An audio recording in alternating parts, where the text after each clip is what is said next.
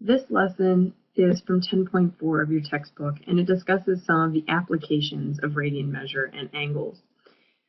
The first of which is to talk about the length around, or the circumference, or even just a part of the arc, and the area of what's called a sector.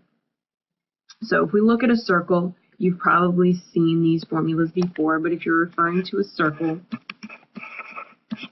you know that the circumference is equal to 2 pi r. So that would be the entire angle, 2 pi, if you were to go all the way around the circle, times the radius. And the area for this circle is pi r squared. So that works for a whole circle. What happens if we just want part of the circle?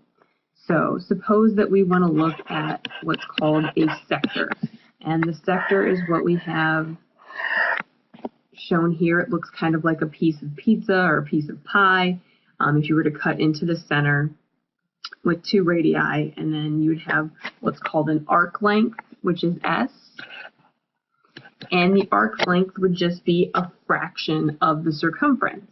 And that fraction would be based on the angle that is in the center here. So the arc length is actually pretty simple. It's very similar to the circumference formula. It is just theta times r. So in this case, for a full circle, the whole angle was 2 pi times the radius. So for any sector, whatever your angle is, you can plug that in times r. So like I said, this is what we call arc length. And the thing to be very careful with here is that theta is always in radians.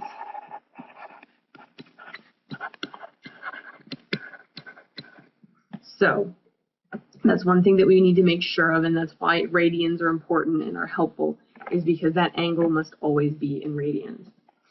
If we wanted to find an area of a sector, so I'm going to put a little subscript s there to describe the sector, then again we want to find a fraction or a portion of this, and it's not quite as easy to see the relationship here, but it's not too hard to see. If you look at the circle here, we have pi r squared.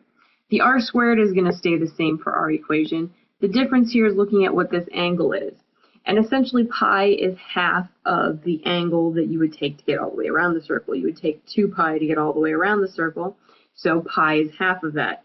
So if you can kind of remember that, then the area for a sector is 1/2 of whatever angle is inscribed there times the radius squared. So again, we get the same type of formula. It's just we've got to be careful. We've got half of the angle in this case.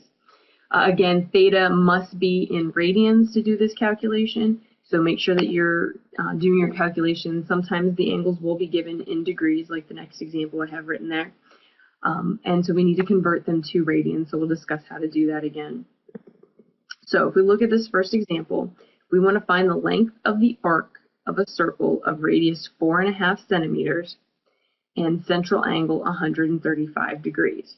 So like I said, we always need to make sure that theta is in radians. So if it's 135 degrees, then to change that to radians, we're going to multiply by pi over 180. And you should remember this from the first lesson in 10.3. So if you do that simplification, you should get exactly 3 pi over 4. And if you wanted an approximation for it, which I wouldn't recommend using because it's going to throw off your calculations, but the approximation for this would be 2.356. And again, essentially all you have to do is reduce the fraction 135 over 180. You get 3/4, and then you've got that pi. So you get 3/4 pi. So now if we want to find the length of the arc, so the arc length, S, is going to be equal to we have the formula here, theta times r. So in this case, theta is 3 pi over 4, and our radius, we said, is 4.5. So again, we can keep this as an exact answer if we just multiply the whole numbers and forget about pi. And if that's the case, then we end up with 27 pi over 8. And again, you can find the fractions by using the math frac button in your calculator. So for instance here, I would say 3 times 4.5 divided by 4, and I'm not worrying about the pi, and I get that 3.375. If I hit math, and then that first option is frac, then I will get the fraction equivalent of the answer. So I get 27/8, and then we have that pi there, which goes in our numerator because it was a multiplication. It was already in the numerator. So this is the arc length. If we wanted an approximation, we could find that. If we wanted to find out how much string or whatever was going around it, and we would say that this is approximately 10.6 centimeters. And we always want to make sure that we remember our units for these. Looking at the next example, which is based off of the same dimensions, we would now want to find the area of that sector. So we want to find the area of the sector of a circle of radius 4.5 centimeters and central angle 135. So we already said that this angle is 3 pi over 4. So then we can go back up to our area formula, which is 1/2 theta r squared. So we plug in 1/2 theta is 3 pi over 4, and our radius is 4.5, and we square it. And we're very careful about how we put this in the calculator. I'll show you how to do it, for example. We've got a bunch of fractions here. We've got 1, and we want to make sure that we put them in parentheses. So 1 divided by 2 would be our first fraction, 1/2, times, we can think of this as 3/4 because there's that pi. So 3 divided by 4. And then we've got times 4.5 squared. We hit enter, and it gives us this kind of nasty decimal. If we want to try to find the fraction, it's not real pretty either, but we'll write it down. 243 pi over 32. So that would be the exact answer.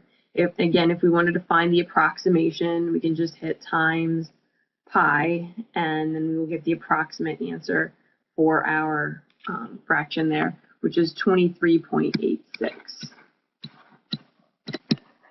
And again, we need some units here. In this case, we're finding an area. Our original dimensions were centimeters, so we are going to have centimeters squared. We can also look at these sectors and as lengths. So when we talk about things that rotate, we can talk about the lengths that they travel linearly. If you think about a tire, it's transforming rotation into linear speed and movement because you're moving the car along a road and not around a wheel. So if we look at a car tire, for instance, it has a loaded radius of 13.1 inches. So we're saying that the car with the load on it, on that tire, is 13.1 inch radius. How far does the car travel in 100 rotations of the tire? Well, this is actually pretty easy because we just really need to find the circumference of the tire. So the circumference of the tire in this case is just the angle, which for a full angle would be 2 pi, times our 13.1 inches. So if we do that multiplication, we end up with 26.2 pi, or approximately, if you want to put it in the calculator, because that might make a little bit more sense.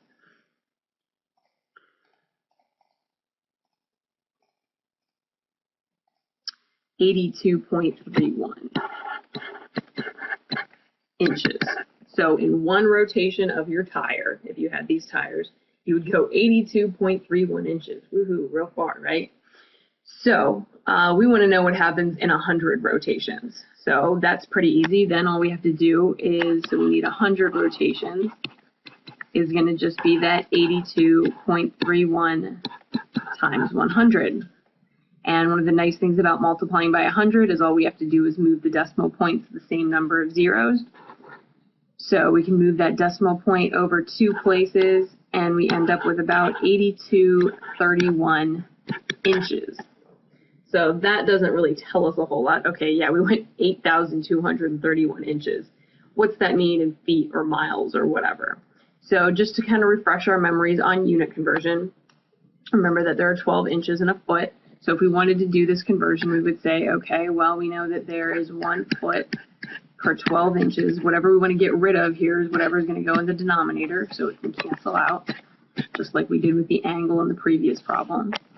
So if we have our 8231, so I'll multiply by 100 here, and then we need to divide that by our 12.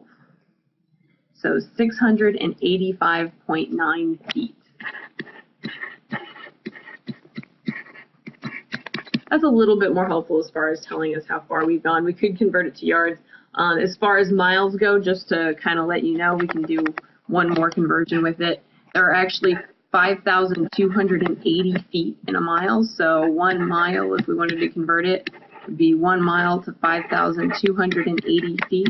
And the trick that I was told to remember that is 5 tomatoes, 5280. So again, all we would have to do, we already have that number in there. We would divide it by 5280, and it would tell us that we've gone about 0.13 miles. Again, it just depends on what it is that you are trying to figure out, what's the most useful unit for you. And as long as you label what the unit is, then you're fine. You just need to make sure that you are labeling it with the correct unit and that it's the one that's most useful for you. So, if we look at another example, I want you guys to take a second, pause the video, and see if you can try this next example. It says an airplane travels in a circular path around an airport at 500 miles per hour for 6 minutes. How far from the airport is the plane, i.e., what is the radius of the circle, when the central angle is 195 degrees? So think about that for a few seconds, pause the video, try to work this one out, and then resume the video when you figured it out.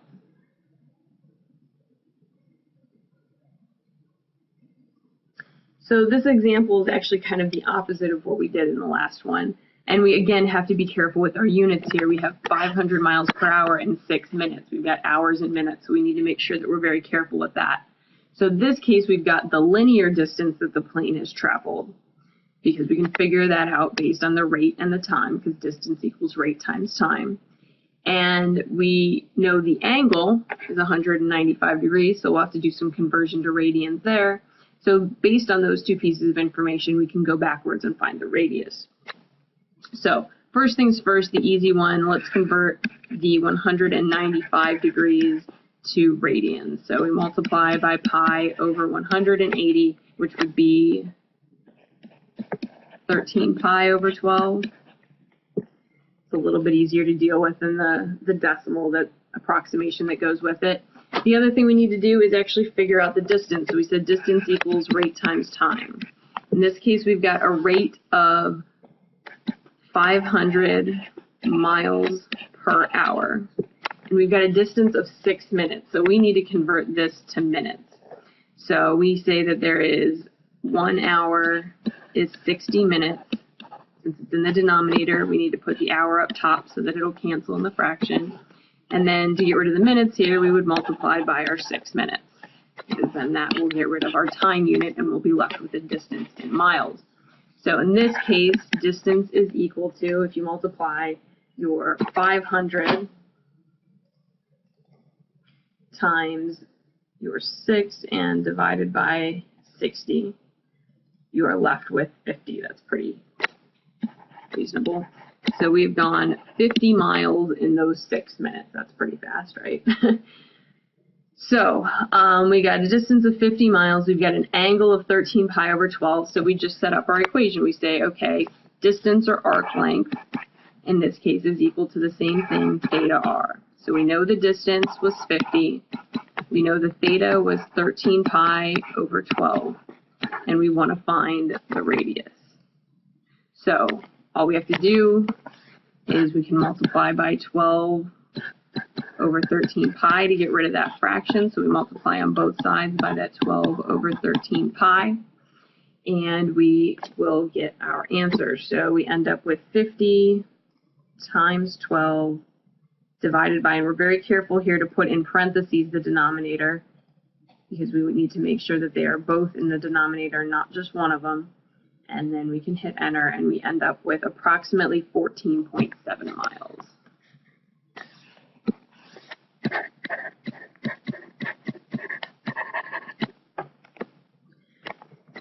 So that is the distance between the actual airport and the plane, but it's traveling outside on this circle. So those are distances. We can also talk about velocity and speed, and we can talk about them being angular and linear. So we already kind of discussed it in that last one. When we talk about linear speed, we're talking about just the straight line distance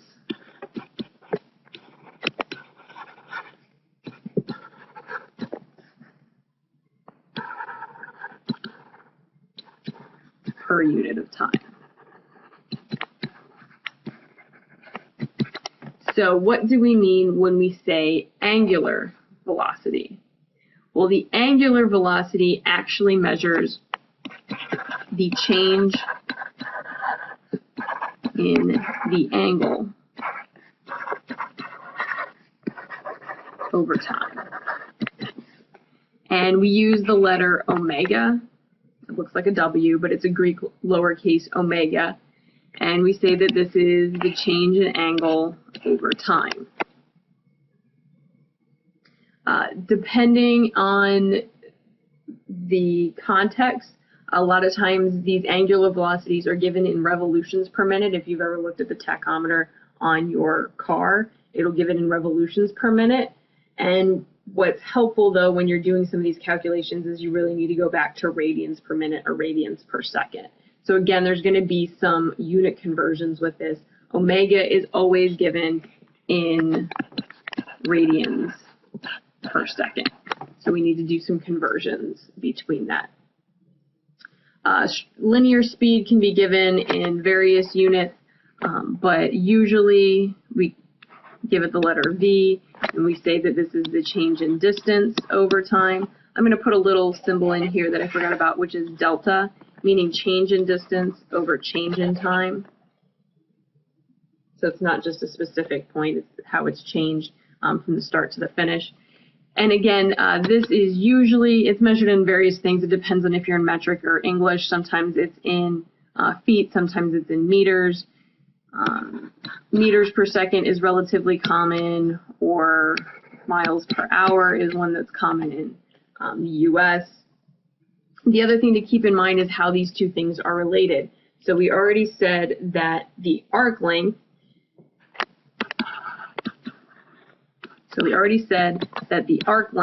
is equal to the angle times the radius.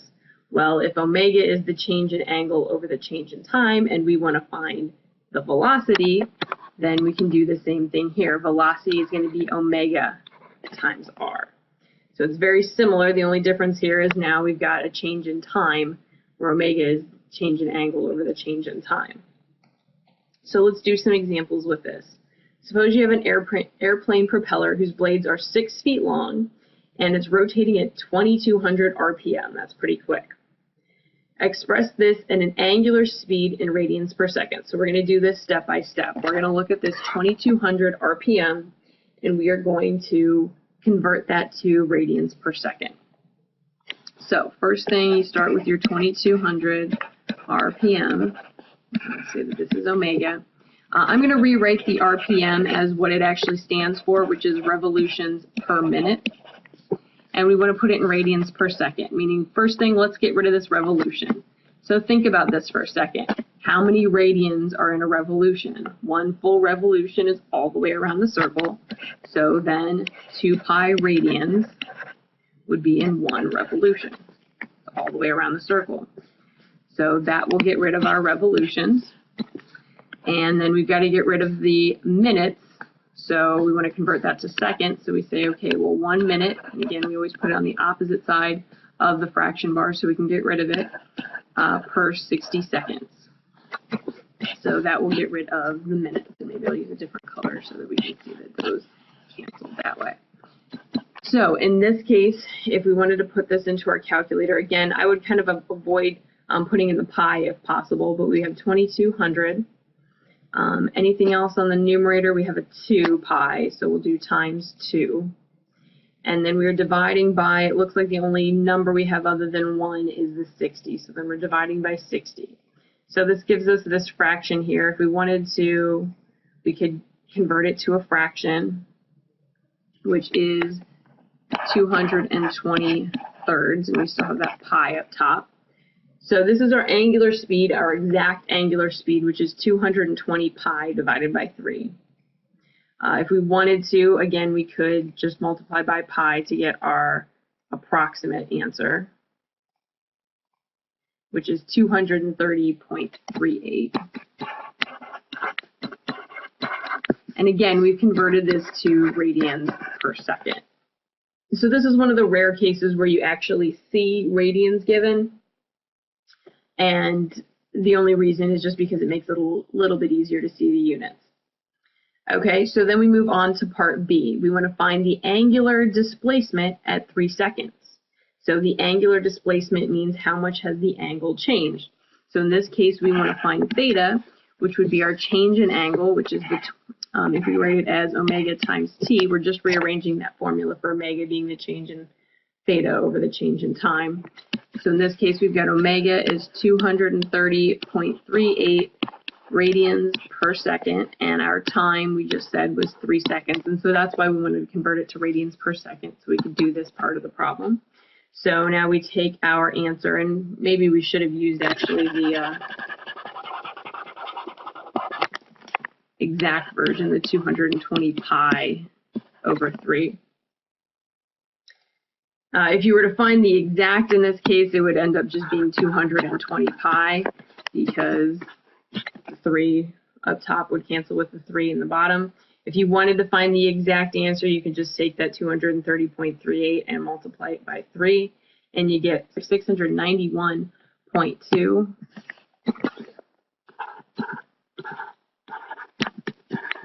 And again, now we've converted it to just radians. That's our angular displacement. The seconds here cancel out with the seconds there. The last part of this question says we want to find the linear speed of a point on the end of the blade. So the point on the end of the blade, if you're thinking of this more as being a wheel, how far would it have traveled, whatever vehicle it was, if you had actually put this thing on the ground and let it move. So in this case, we need that piece of information up here, which is that it was a 6-foot long propeller. So now we take we just want to find the linear speed. So we have our omega v equals omega r. So we've got omega, which was 220 pi over 3, and this is radians per second. And we are multiplying then by our distance, which is 6 feet. And since radians are technically considered to be unitless, we don't have to worry about them in the final answer. So the 6 and the 3 would simplify to be 2. 2 times 220 is 440. And then we have our pi. If you wanted an approximation, you could just go in 440 pi, and you would get that approximation of 1382.3. And again, our units this time now are feet per second. So it would really depend on what you wanted your final answer to be in. If it wanted to be feet per second, inches per second, miles per second. So you would need to make sure that you don't have to do some final conversions at the end.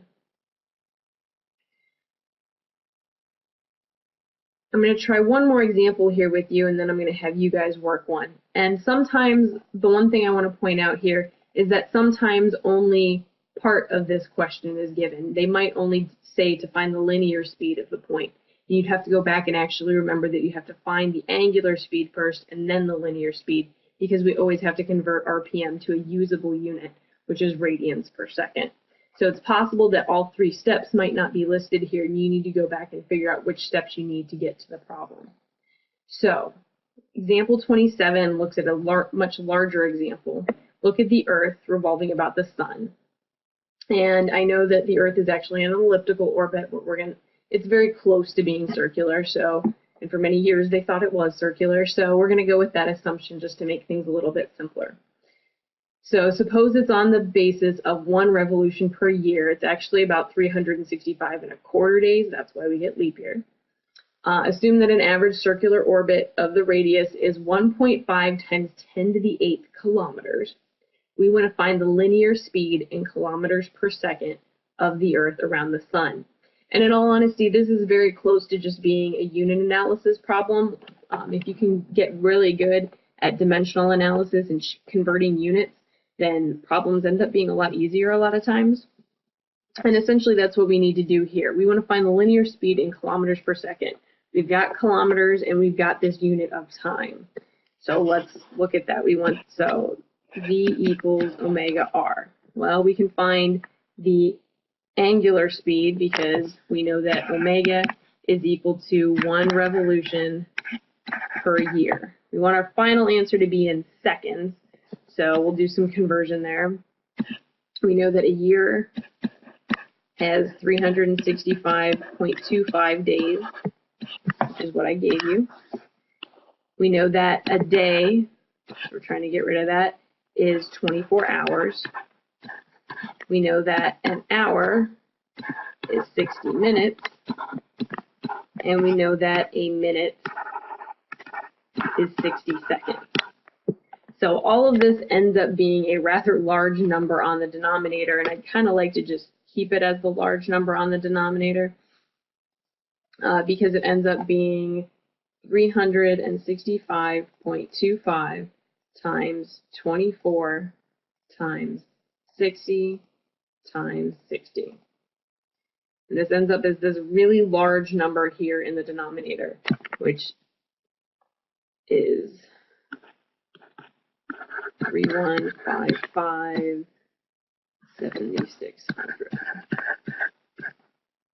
So 31,557,600.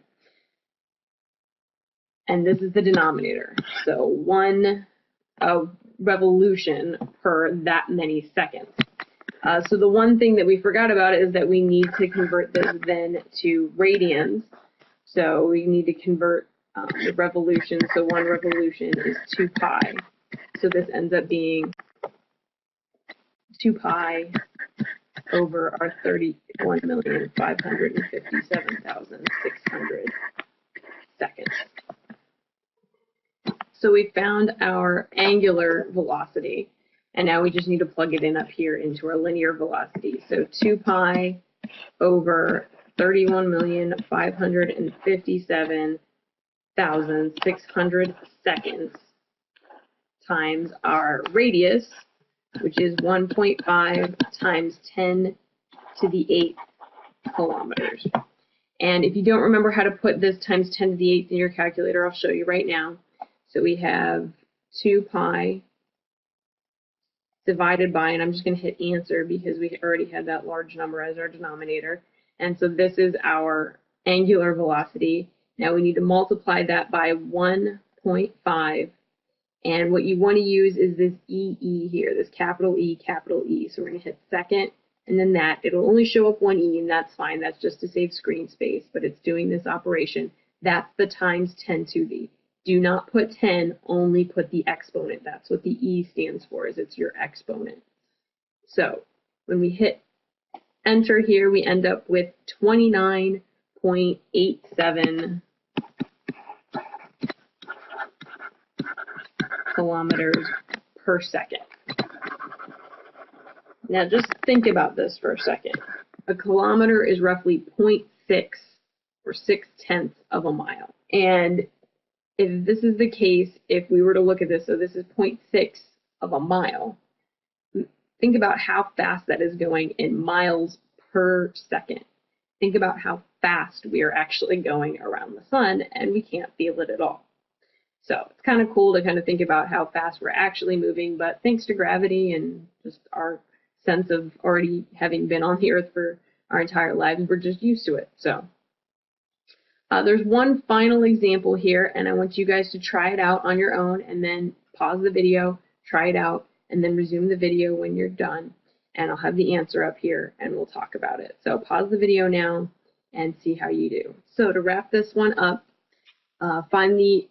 answer the following questions based on the given information. An engine flywheel is rotating at 400 RPM. First thing we want to do is convert it to an angular speed of radians per second. We're going to do the same thing we did in example 26. We're going to multiply by 2 pi radians per revolution, and then 1 minute for 60 seconds to convert that, get rid of that revolutions, get rid of that minute. And in exact form, we end up with 4 pi over 3 radians per second. Second part asks for the linear speed of the point on the edge of the wheel with a radius of 7 inches. So it's a pretty big flywheel. We end up with a velocity is equal to omega times r. So our omega was 4 pi over 3. Our radius is 7. So we end up with 28 pi over 3 inches per second. If we want to find the angular displacement of the wheel after 5 seconds, well, then we say, okay, we had our theta is equal to omega times time. So we've got our 4 pi over 3 radians per second times our 5 seconds, and we end up with 20 pi over 3. In this case, it's just radians, so we usually don't write any units there. The last part of the problem, you can actually do 2 different ways. Find the linear displacement of a point on the edge of the wheel with a radius of 7 inches after 5 seconds. One way is to look at the linear speed, and distance equals rate times time. So we take our 28 pi over 3 inches per second times our time, which was 5 seconds, and we get 140 pi over 3. The only reason we could do this was because it was the same radius. The other way we can look at it is with the arc length formula. You found your angle was 20 pi over 3. You multiply by your radius 7 inches, and again, you end up with 140 pi over 3 inches.